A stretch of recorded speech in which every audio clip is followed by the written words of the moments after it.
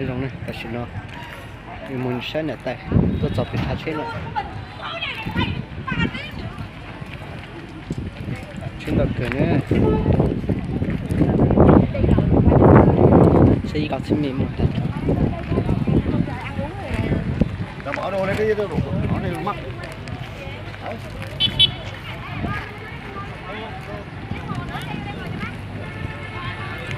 trong cửa nữa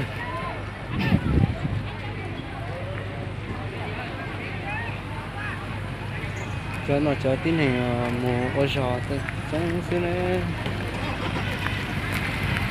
có chừa một tin một chút cả cái nữa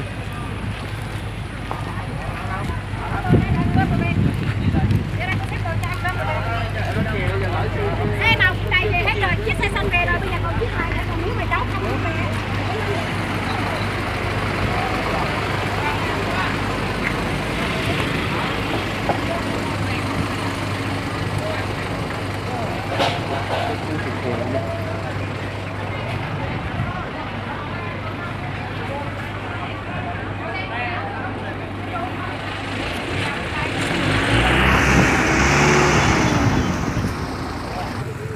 còn vô trùng đây con này bán nào chỉ bán nào người ta là mỏ nó con này ta còn nằm dạ nó mỏ nó ngay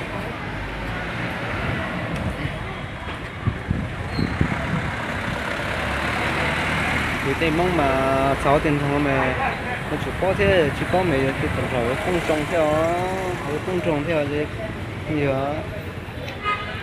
nên nó thế này con nhện nó chết cháy thì chỉ có chỉ tao nó thì sự hôn trong nó mà kỳ cưng có nữa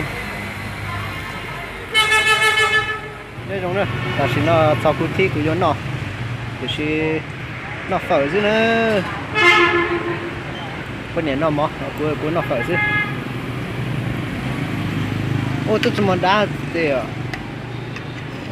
hả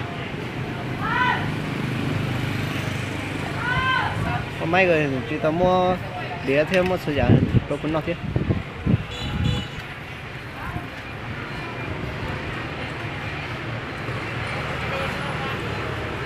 rồi cho cái đũa và thìa nữa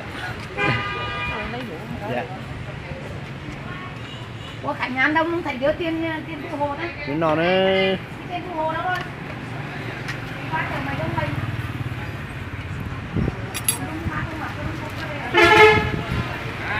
cái đen lấy cho mày chị á. dạ mà nó thế thì sẽ nó thế này cuối nó rồi cho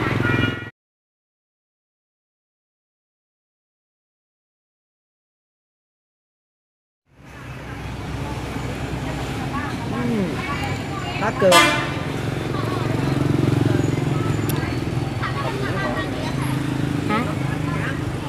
hacker sẽ cái gì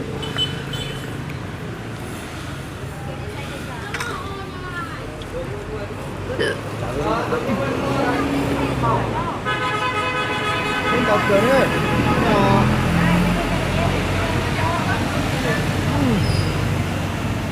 Hát giật tài. Hay nó nữa. Cặp cử.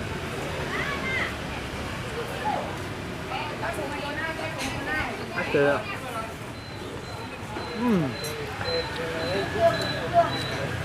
Nếu là một bé học sinh thì nó non xá chứ ạ. Non xá nữa nó nữa.